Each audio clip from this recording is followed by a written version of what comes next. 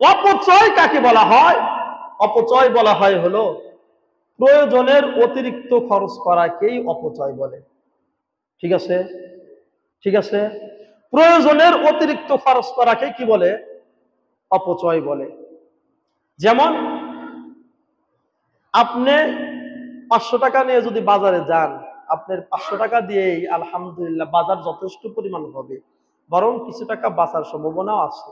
এরকম যদি হয় তাহলে 1000 টাকা যদি আপনি খরচ করেন, এটা কিন্তু আপনার জন্য আরো 500 টাকা যে অতিরিক্ত নিলেন, এটা অপচয় হবে। কি বলেন?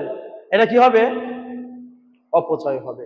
আপনার ছেলের জন্য লাগবে মাত্র 100 টাকা, আপনি দিলেন 300 টাকা, 200 টাকা কি হবে? বলেন না, 200 টাকা কি হবে? অপচয় হবে। আপনার স্ত্রীর জন্য কাপড় লাগবে 5টা, আপনার স্ত্রীকে কাপড় দিলেন 10টা, তাহলে অতিরিক্ত 5টা কি হবে? অপচয় হবে। এই অপচয় করাকে আল্লাহ পাক রব্বুল আলামিন স্বয়ং নিজে বলতেছেন, ওয়ালা তুসরিফু, ও আমার বান্দারা বান্দিরা, তোমরা কি করিও না? নষ্ট করিও না, অপচয় করিও না। যতটুকু লাগে তোমরা ততটুকুই খরচ করো, সমস্যা নাই। আমি আল্লাহর ভান্ডারে কোনো প্রকারের কমতি নাই। খাও, পান করো, দিয়েছি, ঠিক আছে, কিন্তু নষ্ট করিও না। কি বলেন?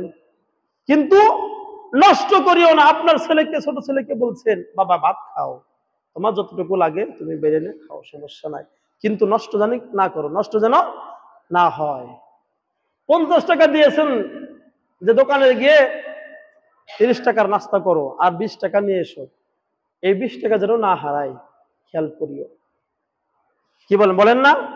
এই যে অপচয় যেন আমার দ্বারা না হয়, কোনোভাবেই না।